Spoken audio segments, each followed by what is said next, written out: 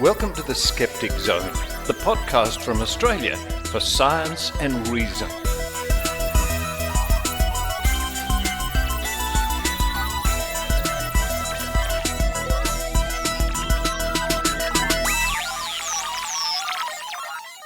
Yes, it's the Skeptic Zone podcast, episode number 604 for the 10th of May 2020. Richard Saunders here with you from Sydney, Australia. And a quick note, last week I said the episode number was 306. I got it completely back to front, and thank you to the listeners who caught me out. No, last week's episode was actually 603, not 306.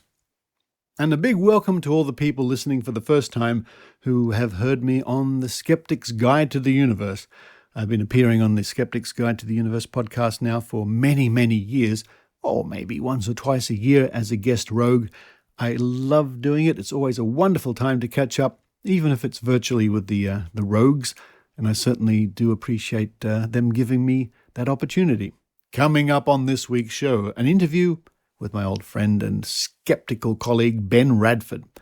Ben is going to be discussing some more COVID-19 conspiracy theories and skeptical investigations. Always a great time chatting with Ben Radford, and what a wonderful time I had, now was it last year, on my quick visit to Albuquerque, New Mexico. And Ben even took me to some filming locations for Breaking Bad and Better Call Saul. That was pretty interesting. After that, it's the Diet Skeptic Report with Mandy Lee Noble, an update to the story she brought us a couple of weeks ago about the celebrity chef Pete Evans selling his biocharger, this ridiculous machine that looks like a Dalek and a fax machine. Pete Evans has parted ways with the 7 TV network, or maybe it's the other way around, so we'll find out about the latest on that story. After that, it's Michelle Bickersma with the regular segment, Logical Fallacies. This week, Michelle's going to be looking at the fallacy of the middle ground. Then, to round off the show, news updates from the Australian Skeptics, some highlights from the recent newsletter. Stay tuned at the end of the show for more announcements from me. But now it's time for me to run downstairs, and I think I'm going to indulge myself once again with a bit of a mixture of Australian lollies, candies, sweets. I'm going to have some minties, some iced Vovos. Do you remember those, folks, in Australia? Iced Vovos? I think they're still around. I'm going to look in my cupboard and finish off with some black licorice. While I do that, I hope you enjoy the Skeptic Zone.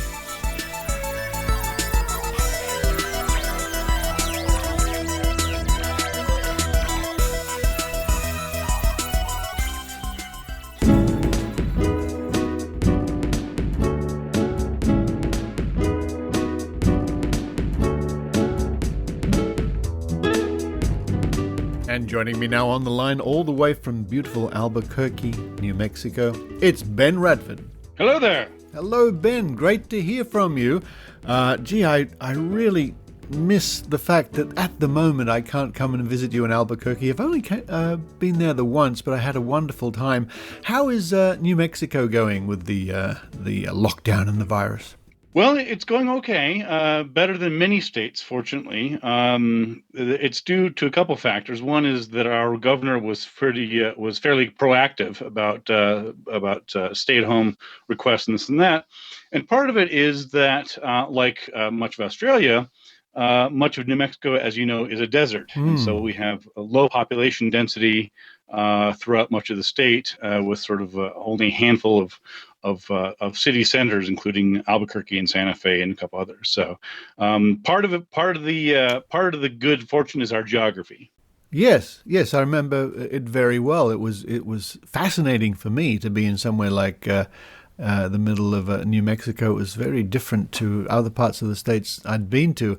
But I'm pleased to hear things aren't going too bad there, because I'm hearing reports, and we get reports here on the evening news about other parts of the United States, which leads us into the first topic we're going to discuss, and that's something that you're passionate about, of course. You've dedicated a lot of your life to sort of urban myths or real myths, or can you have a real myth? I don't know. And conspiracy theories. It's all wrapped up together, isn't it? It is, and of course, we're seeing that more and more with the coronavirus. And it's this bizarre ball of, we've got accurate information, we've got misinformation, we've got information that is true, but in many cases irrelevant. And then wrapped up in all this, you've got conspiracies that are everything ranging from the origins of the virus to who is behind it, using the air quotes of behind it, to conspiracies about those who are suggesting that the epidemic is in some ways being exaggerated or fabricated. Well, this is interesting because in the early days of the lockdowns and the worry here, probably in late March, early April, there were various conspiracy theories going around in this country, and I think they were triggered from the US. And one was Meryl Dorey, one of the leading anti-vaxxers in this country, was encouraging her followers on Facebook to go into hospitals to take snaps. And it would appear she was of the opinion that this whole thing about emergency wards getting ready or hospitals being overrun or something was simply a hoax. Now, how's that played out in the United States? Yeah, we're seeing some of that. I mean, part of it is that there is a legitimate concern among many people across the spectrum that the measures that are being taken in response to the pandemic, including, of course, shutting down businesses and limiting social gatherings and so on, are harming the economy and social structure, and that's certainly true. I mean, there's no denying that's an issue. But what you find is that you have people that are sort of politicizing the disease insofar as they're sort of saying, well, maybe, they will look, for example, at the early projections and say, well, these projections are wrong. And I did an article on this a couple weeks back for the Center for Inquiry, in which I was explaining that yes, in fact, many projections are wrong.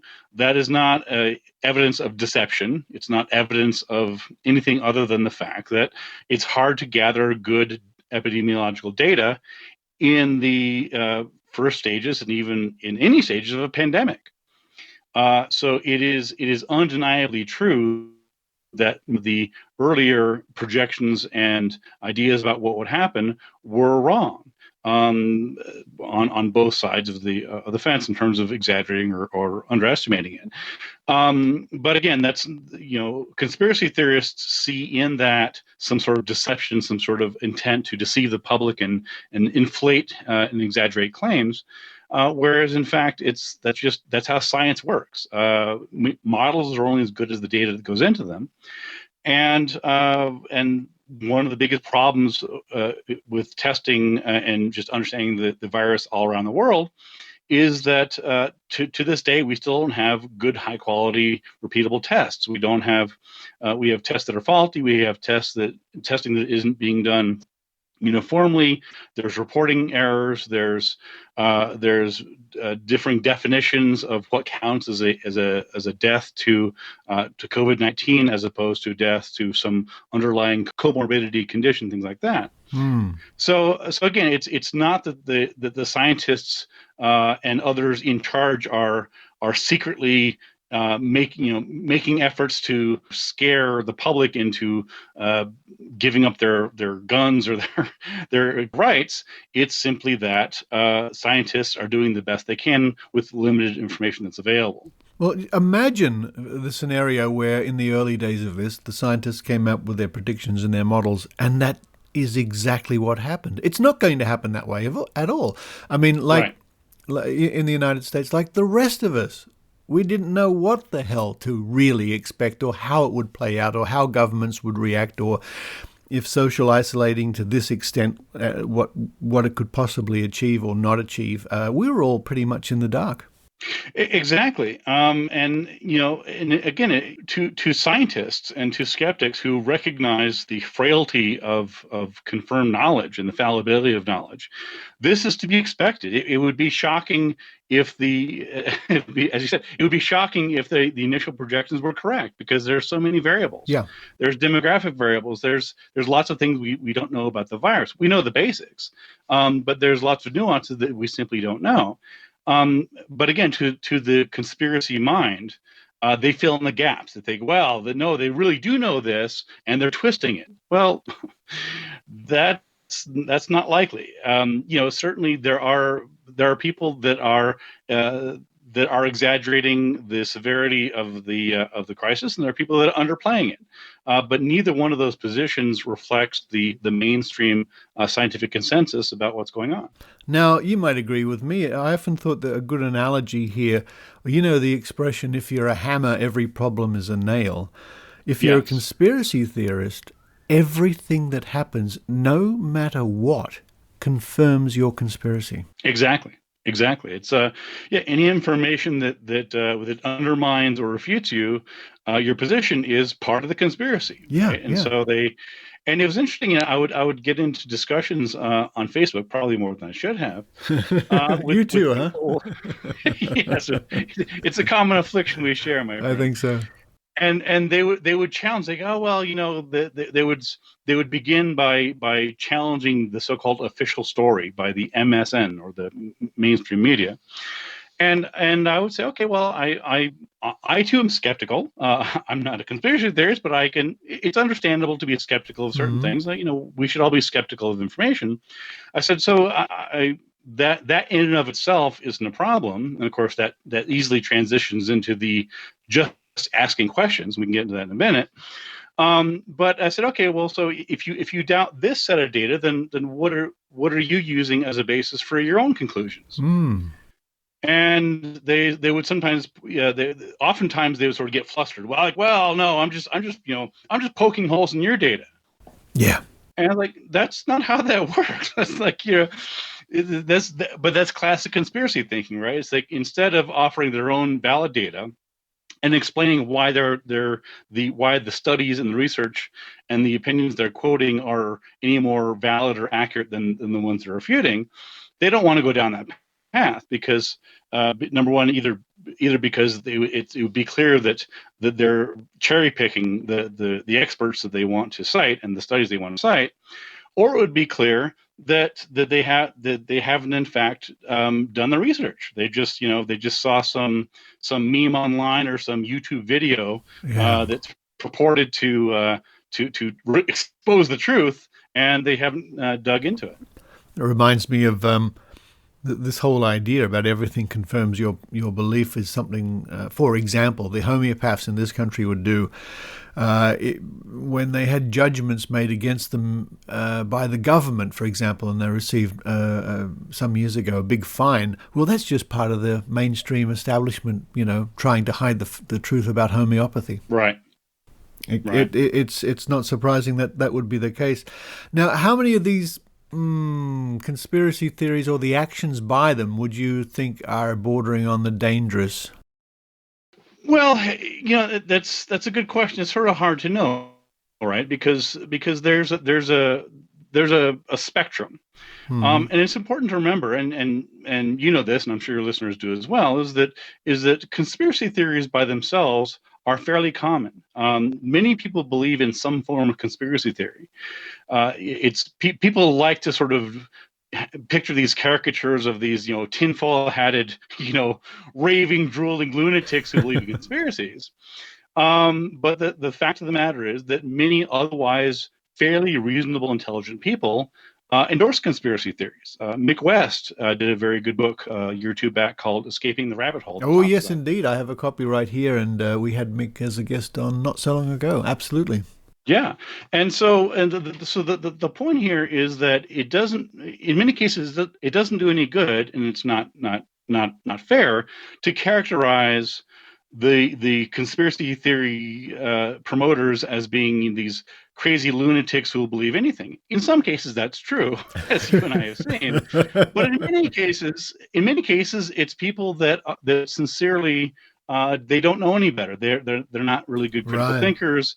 They see something on Twitter, on Facebook, or wherever else, and they see it, and it has this superficial plausibility. It's like, well, what about this contradiction? What about this thing? And people are like, yeah, when you frame it that way, when you frame it as being a possible weird contradiction, then, well, hold on, right? We're just asking questions.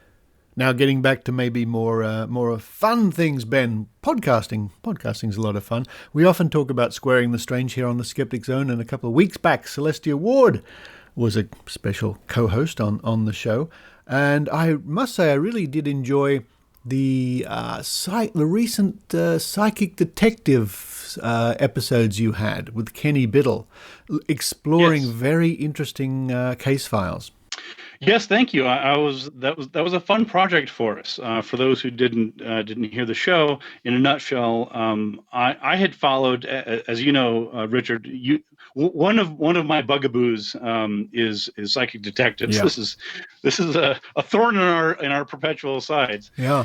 And we've both done extensive work on it. And one of the things I do occasionally, every few years, is I will pay attention to a high profile missing persons case somewhere, and just sort of, if it just catches my eye or something, and I'll go out of my way to gather information on it, particularly in the early stages, to see, there's this missing person, this missing boy, whoever else.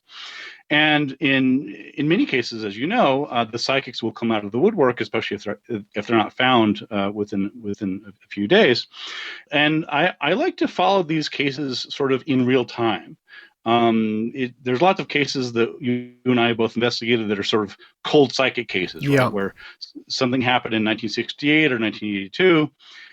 But I think it's also instructive to pay attention to cases as they're unfolding at the moment, and to just sort of see where's this leading, because you don't know, right? I mean, you and I have a pretty good idea based on our past experiences, but it's always informative and instructive to me to follow these cases as they happen and just sort of see, all right, well, there's this missing persons case.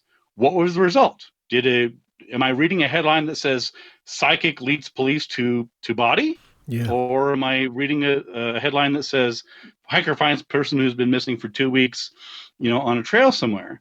And the three of us, Kenny Biddle and Celestia and I, each picked a case and followed up. I get back to this thing I said before about the hammer and the nail. When you're a hammer, every problem's a nail. When you're a psychic detective, everything that happens validates your psychic insights. Yeah.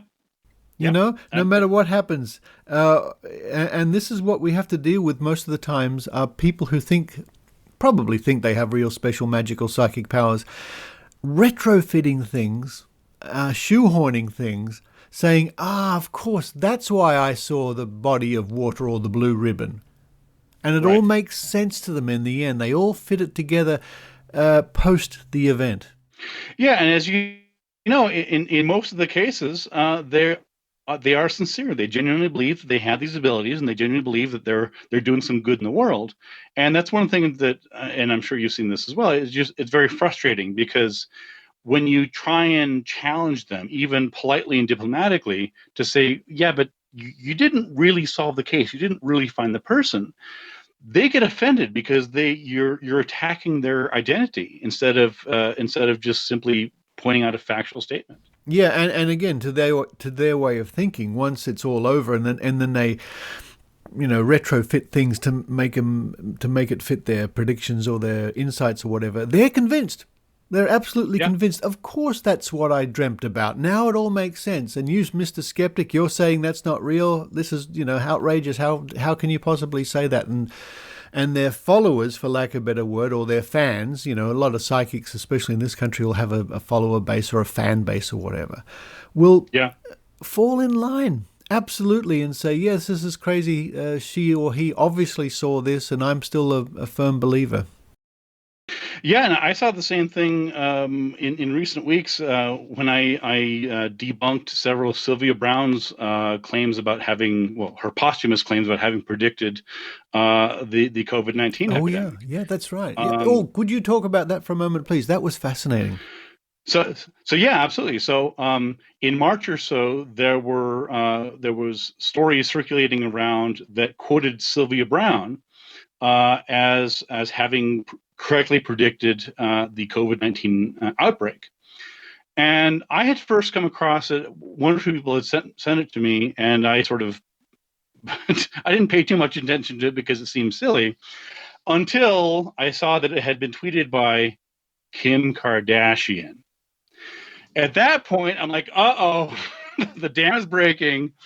Kim Kardashian is on it, so therefore this is going to be a capital T thing, in quotes, of course. And so I realized that at that point I did need to go ahead and spend time and drop some things and address it. So I wrote a piece about basically debunking the idea that Sylvia Browne had predicted this virus, and then I got lots of hate mail from that. So to this day, this is over a month later, I still get occasional nasty emails from people on Oh, Facebook and elsewhere that are just indignant that I challenged the idea that Sylvia Browne had accurately predicted the COVID-19 outbreak. how dare you? Yeah, yeah. Well, of course, here in Australia, we've had a psychic as well suddenly throw his hat into the ring of, oh, I predicted the coronavirus.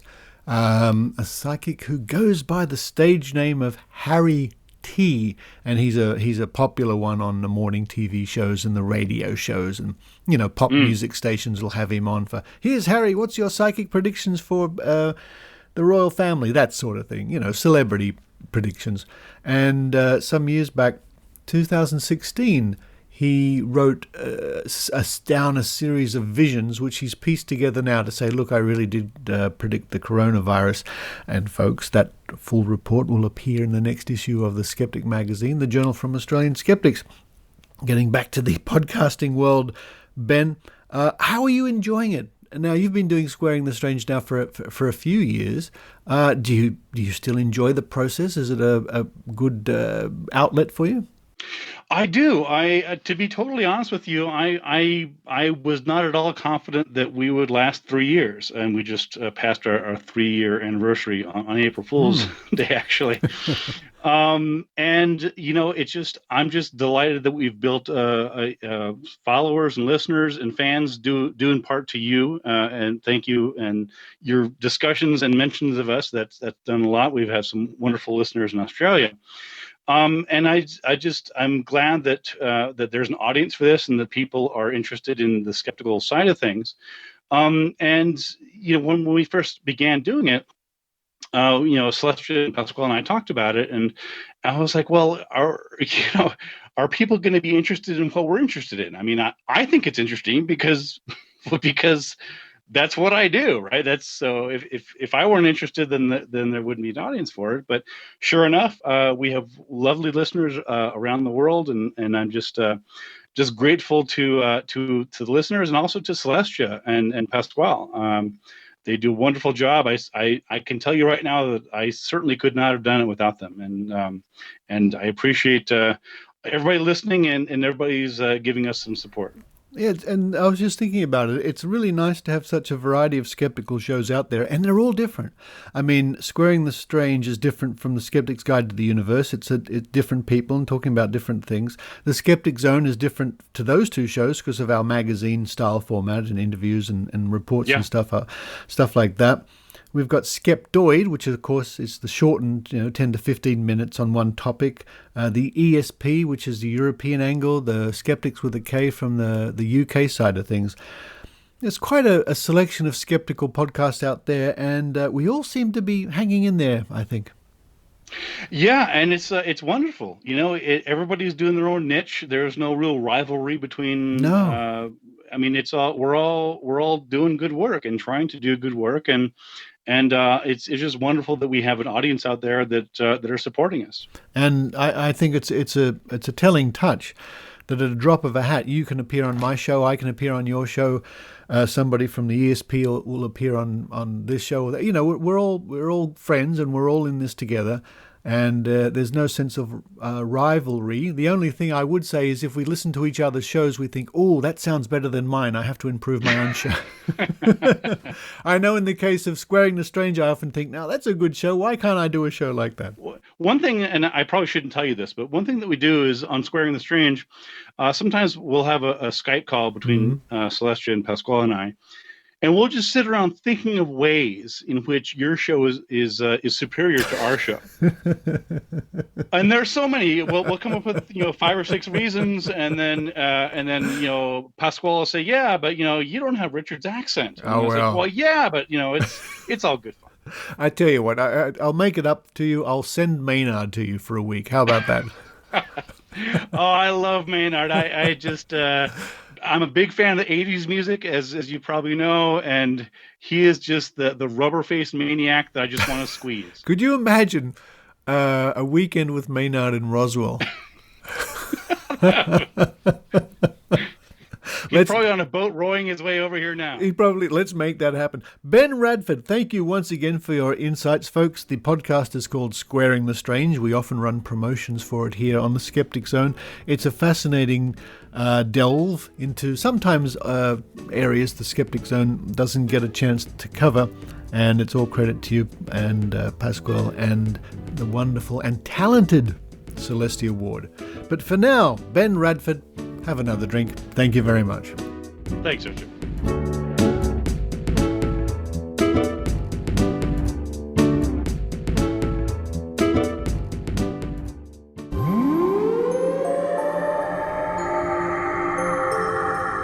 Hey, fellow skeptics. Ben Radford here. With Celestia Ward. Your friendly host of Squaring the Strange. A podcast that looks at topics ranging from legends, panics, and cryptids to media myths, psychology, and folklore. Breaking things down and picking things apart. As we skeptics do. We bring a few different perspectives on things. Celestia, for example, is a witty cartoonist. And Ben is a brilliant writer and longtime skeptical investigator. We don't always agree. But we have fun trying. And we learn new things. Join us for new topics every week or two. Or browse our backlog of evergreen episodes. Available on iTunes and all your podcast feeding troughs. Squaring the Strange. Take care, strangers. Bye-bye.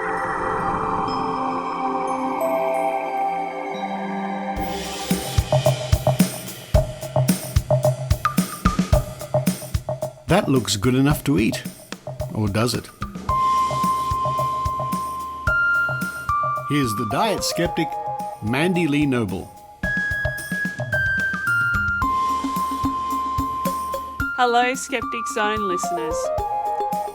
Mandy Lee Noble here, dietitian and skeptic reporting from Brisbane. Welcome, Skeptic Zone listeners, to a mini update of the Diet Skeptic Report. You may recall that in a recent report on wellness gurus cashing in on COVID-19, I mentioned celebrity chef Pete Evans, who had been slapped with a $25,000 fine by the Australian Therapeutics Good Administration. The TGA issued the fine after receiving a number of complaints about Evans spruiking a glorified plasma lamp and making claims it would have an effect on Wuhan coronavirus. This was a great win for public health in Australia, but it left the question, why was Evans, a champion of anti-vaccination and anti-fluoride movements, still being afforded a platform as co-host of a prime-time television series on one of Australia's major free-to-air television networks? That was until this week, when the following news articles broke. Over to you, Richard, to fill us in on some of the headlines. This report comes to us from news.com.au on the 8th of May 2020. Pete Evans and Channel 7 part ways after the TV chef was fined $25,000 by the TGA. Controversial My Kitchen Rules judge Pete Evans has parted ways with Channel 7, bringing to an end a decade-long working relationship.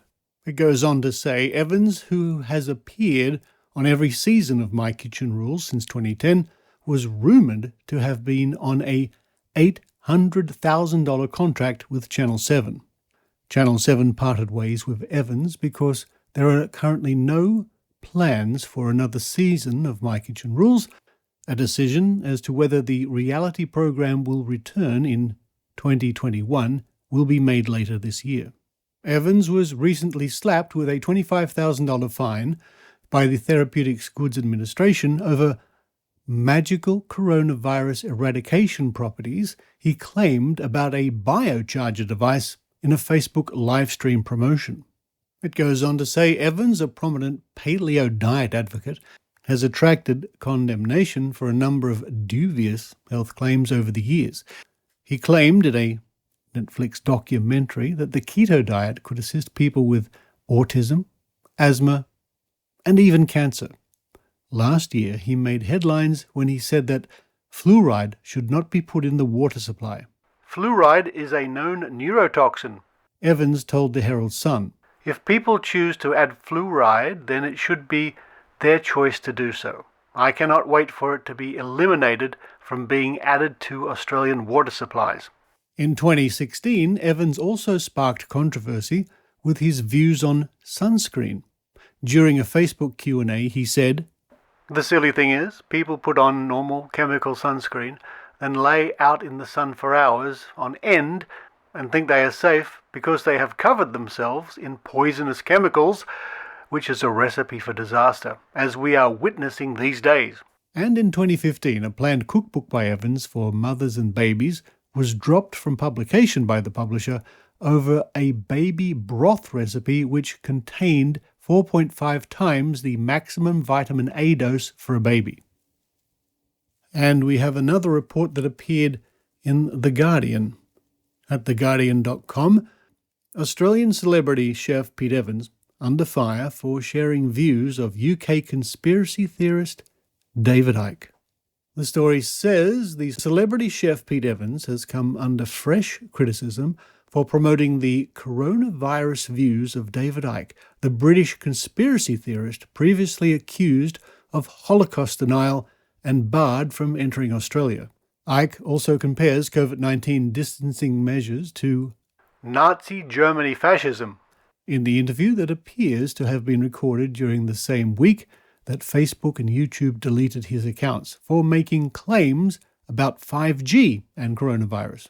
Evans' social media post prompted the Labour MP Josh Burns, who was Jewish, to write to the chef on Thursday, warning him about Icke's long history of anti-Semitism and cautioning him against promoting his views on social media. It goes on, "I felt that it was important that you were aware of the offensive historical works by Mr. David Icke," Burns told Evans in the letter seen by The Guardian. "Mr. Icke was denied a visa to Australia for a good reason. His conspiracy theories incite hatred of Jewish people. David Icke is not just controversial, he is racist. He espouses a dark and old form of anti-Semitism that is personally offensive and that has no place in Australian society." And that story once again comes from theguardian.com, and both these stories will be linked in this week's show notes. Thanks, Richard. Well, it is clear that COVID-19 has had some devastating effects, and it has changed how we live and our values.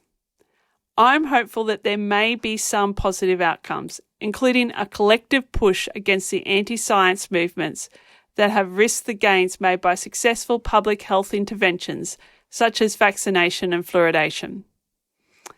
As for Evans, well, while he hasn't been directly commenting on the public axing by television network Channel 7, Evans was quick to post to his social media accounts. In a post today, he has thanked his followers and pointed to his success as a best-selling author on food and health. Evans has also alluded to the industries and authorities who are conspiring to bring him down. As a healthcare provider, I look forward to seeing and hearing a lot less from Evans and hope that far fewer vulnerable Australians will do too. Finally, as I've said previously, my thoughts are with everyone who has been affected by COVID-19. I want to acknowledge the detrimental impact it's had on communities here and abroad. Thank you to our heroes of science and medicine, and thank you, Skeptic Zone listeners. Bye for now.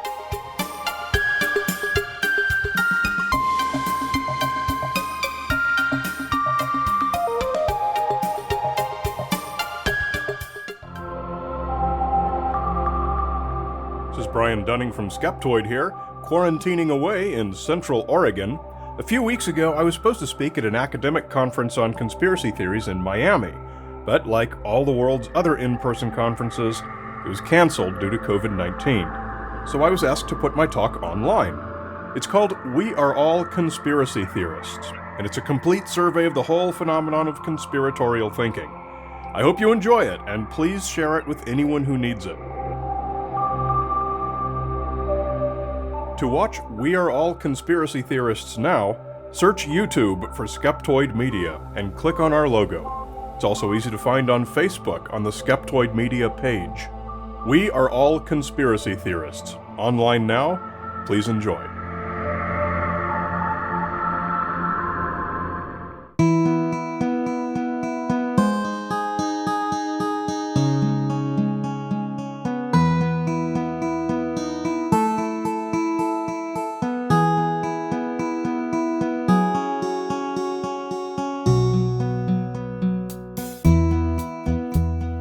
Logical fallacies. What are logical fallacies, and why is it important that critical thinkers should know about them? A logical fallacy is an error we can make in reasoning, but it usually crops up when we are discussing or arguing our point of view. Some people might even knowingly use them to try and score cheap points in an argument due to intellectual laziness. They are traps we can fall into, but if we know what to look out for, we can spot them when they occur and stop ourselves from using them. This time we'll look at the middle ground. Also known as the false compromise and the argument to moderation.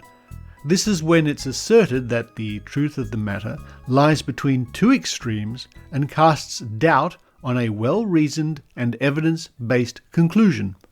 This fallacy can come across as being very fair-minded or democratic, as it seems to appeal to an open-minded approach.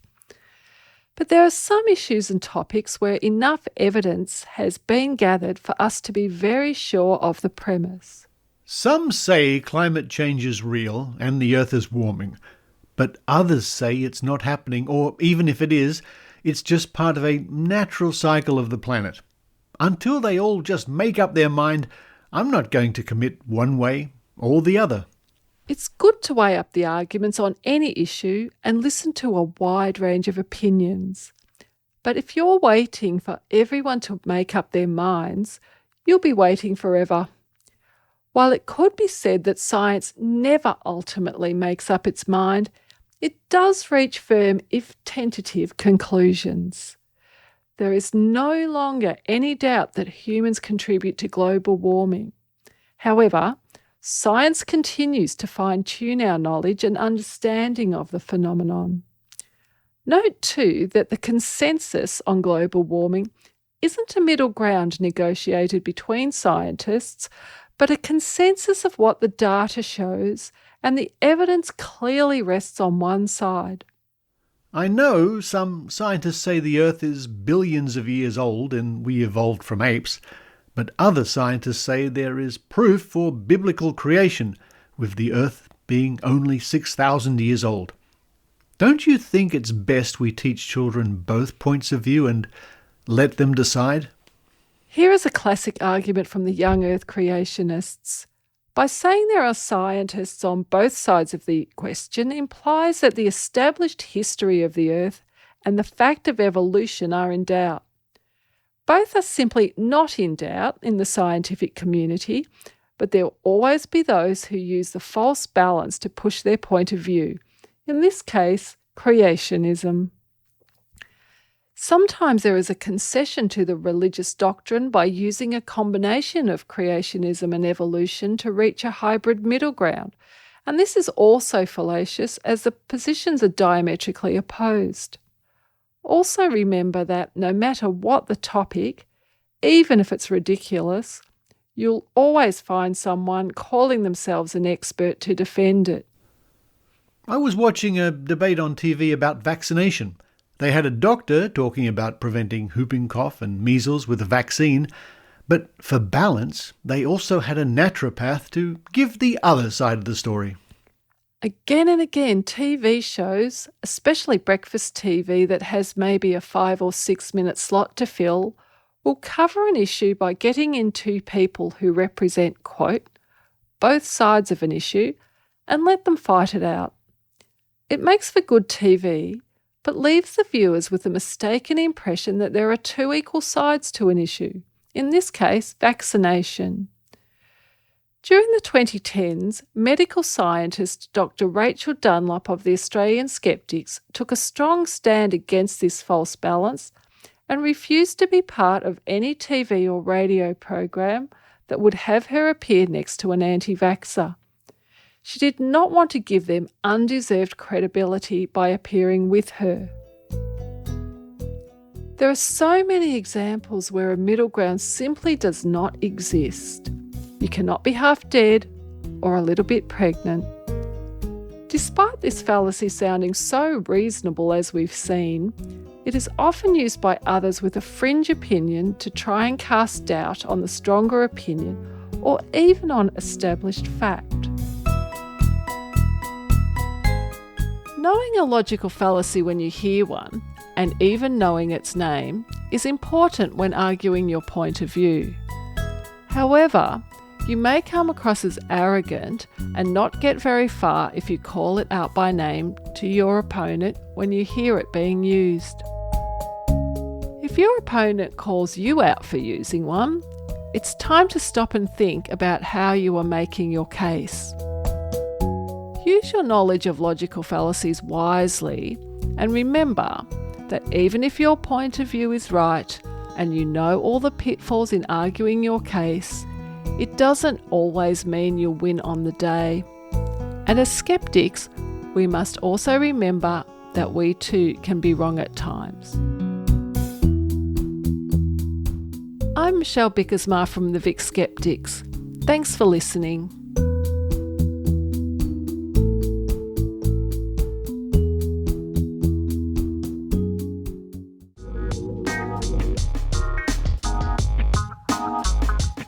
Seeking skeptical speakers for Skeptics Cafe. The Vic Skeptics are continuing their Skeptics Cafe every third Monday of the month via Zoom meetings. This month, on the 18th of May, they will be hosting their annual Soapbox, where people who feel passionate about a topic skeptical in nature can present an online talk for around 15 minutes as one of 4 speakers. So, if you'd like to give it a try, please contact the Vic Skeptics at vic@skeptics.com.au or send a message via the Skeptics Cafe Facebook page. Of course, experienced speakers are welcome to apply too. That's the Vic Skeptics continuing their Skeptics Cafe every third Monday of the month via Zoom meetings.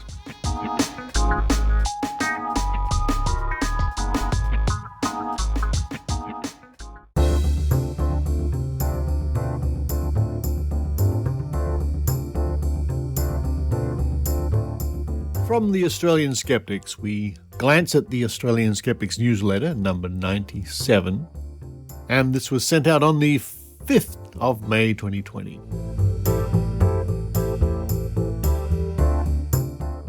Items covered are Skepticon 2020 update, the 36th Australian Skeptics National Convention, Skepticon 2020, is due to be held at Surfers Paradise on Queensland's Gold Coast from October the 23rd to the 25th.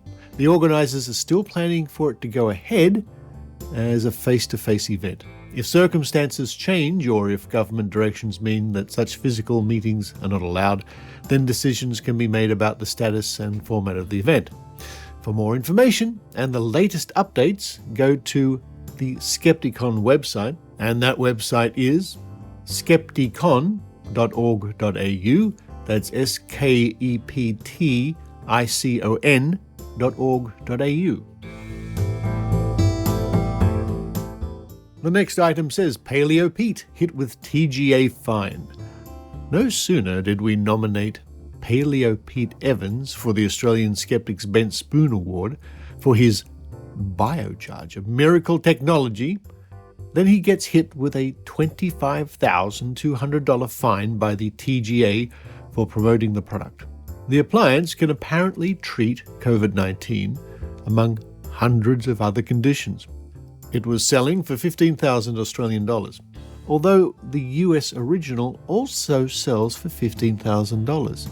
So either Pete was offering a bargain basement price or someone got their Australian and US dollars mixed up. And don't forget to visit the website of Australian Skeptics, skeptics.com.au, and check out this year's nominations for the Ben Spoon Award. You can also use that site to send in your nomination. The next item says, anti-vax political party changes name despite objections. The Involuntary Medical Objectors Vaccination Fluoride Party will now be known as the Informed Medical Opinions Party, a change medical experts warn was an attempt to conceal the party's true agenda and appear more mainstream. Despite formal objections from the Australian Medical Association and Federal Health Minister Greg Hunt, the Australian Electoral Commission found the name change met the requirements of the Electoral Act. But while the name may have changed, it's still the same policies.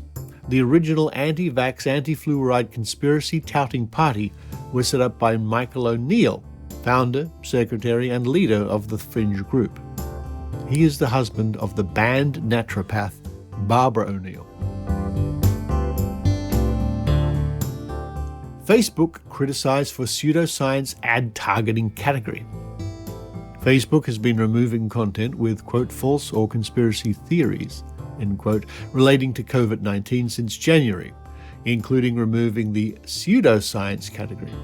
However, an investigation by the US nonprofit Consumer Reports found that ads containing deliberate and dangerous misinformation relating to COVID-19 are slipping through Facebook's review system. Meanwhile, David Icke kicked off Facebook. Facebook has taken down the official page of conspiracy theorist David Icke for publishing, quote, health information that could cause physical harm, end quote, specifically false claims about coronavirus, such as suggesting 5G mobile phone networks are linked to the spread of the virus. In one video, he suggested a Jewish group was behind the virus. Following the ban, Icke's Twitter account posted, quote, fascist Facebook deletes David Icke, and the elite are terrified, end quote. And here we have one, same people behind climate denial and coronavirus pseudoscience. Not everyone, of course, but a new investigation from environmental publication Dismog shows, quote, the massive overlap between the climate science denial machine and the COVID-19 panic denial machine, end quote, using, quote, the same playbook they've used to try to discredit climate science, end quote. And a little note from me, isn't that interesting? This overlap between conspiracy theorists like that, it sort of reminds me of the overlap between believers in the New Age and conspiracy theorists too. Quote, as the virus spread, so too did misinformation. Baseless predictions that the disease would not cause significant harm, claims of miracle cures, and conspiracy theories about the virus's origins, end quote. The project executive summary says, quote, that misinformation was often circulated by white-collar professionals, including many who have a history of casting doubt on climate science or seeking to debate issues that were already laid to rest within the scientific community, end quote. There is also what Dr. Steve Novella refers to as an, quote, unholy alliance, end quote, between COVID-19 pandemic deniers and anti-vaxxers. Supermarkets scrap dangerous conspiracy magazine. And of course, this is a story we covered on the show last week. Two of Australia's largest supermarkets have agreed to stop selling the anti-vaccination alternative medicine magazine at their checkouts and in their aisles after being called out by 2GB's Ben Fordham. The magazine, What Doctors Don't Tell You, is stacked page to page with conspiracies, dangerous misinformation, and dodgy medical advice. Needless to say, the magazine has objected. The next item says science denial among the greatest risks to humanity. The denial of science is among the top 10 risks to humanity, according to a recent report by the fledgling Commission for the Human Future, CHF. This ranks such denialism alongside climate change, nuclear war, overpopulation, unregulated artificial intelligence, environmental decline and extinction, resource scarcity, food insecurity, overpopulation, universal pollution by chemicals, and pandemic disease. That almost sounds like a rhyme somehow, doesn't it? The Australian-based CHF believes influential members of the political class have showed, quote, disdain for scientific knowledge, end quote, and says, quote, some were actively hostile to it. This has led to scientific advice being ignored and scientific investments cut because it does not suit the short-term political agendas or unfounded political beliefs, end quote. It says in its Surviving and Thriving in the 21st Century report. The report does offer ways to deal with the issues. Other stories reported in this newsletter include, I'm not saying it's not aliens, but it's not aliens. Phil Plait, the bad astronomer, on UFO videos recently released by the Pentagon. Quote, but is any of this actually true? Yeah, no.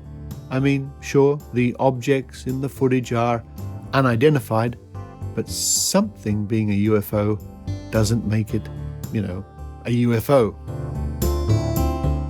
The newsletter also reminds us the March 2020 issue of The Skeptic, the journal from Australian Skeptics, is out with a feature on science, pseudoscience and politicians, not to mention science, pseudoscience, business management, how good are paranormalist practices, a good old-fashioned UFO cult, and a lot more. Lots of good information coming to us there from Australian Skeptics, and if you want to receive that newsletter for yourself, just go to www.skeptics.com.au, scroll to the bottom of the page, and then you'll see the link or the little box there for sign up to receive news. You can also follow the Australian Skeptics on Twitter, and the Twitter account is at AUST Skeptics.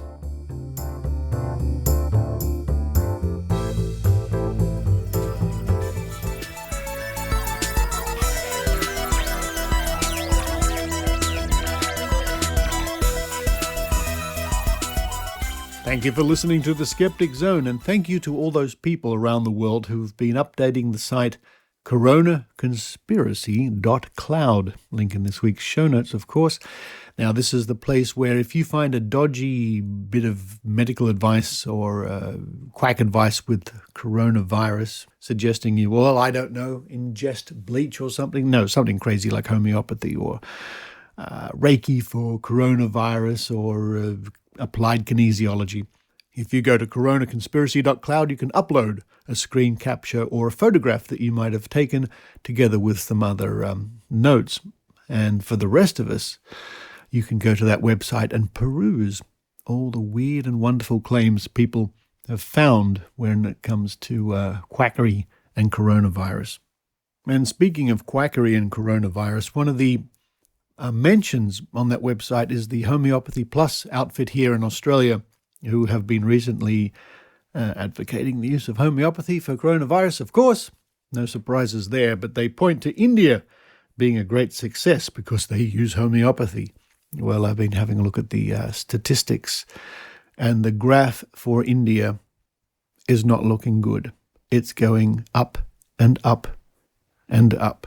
And I suspect because of the problems they may well have in getting testing done in such a vast population that the numbers of those infected and those dead are probably, sadly, much higher than what these statistics show.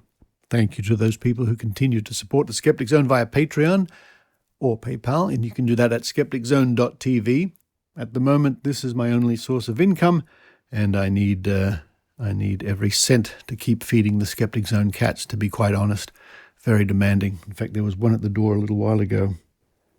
They seem to be gone. Maybe they're running downstairs to eat their dinner. But no, seriously, thank you to all those people who continue to support the Skeptic Zone in these hard times. And if you feel so inclined, $5 a month or $10 a month would be greatly appreciated at Patreon, and it would certainly help the show. Patreon.com/SkepticZone, or just follow the links on the Skeptic Zone homepage. Coming up on next week's show, we chat to an old friend of mine, Alinda Brown. Alinda was one of the committee members of the Australian Skeptics 20 years ago, almost 20 years ago when I joined, and she and I and some others had wonderful skeptical adventures where we'd go and test psychics, go to mind-body wallet festivals.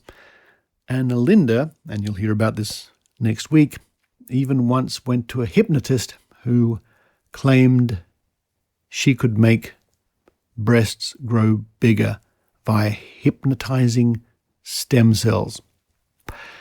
Yeah, skepticism is an interesting game, I tell you that. Hear about that next week. But for this week, this is Richard Saunders signing off from Sydney, Australia. You've been listening to the Skeptic Zone podcast.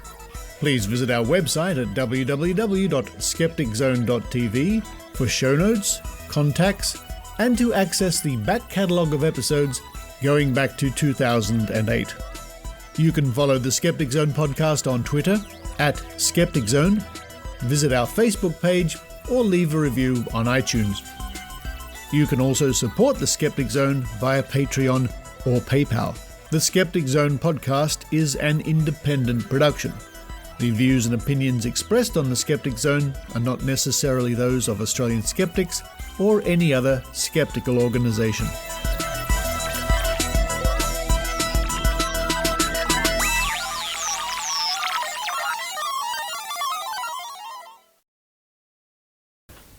Hello, people who listen after the music. Yes, it's time once again for the dice game. Now, people who listened last week will remember that I rolled a D20.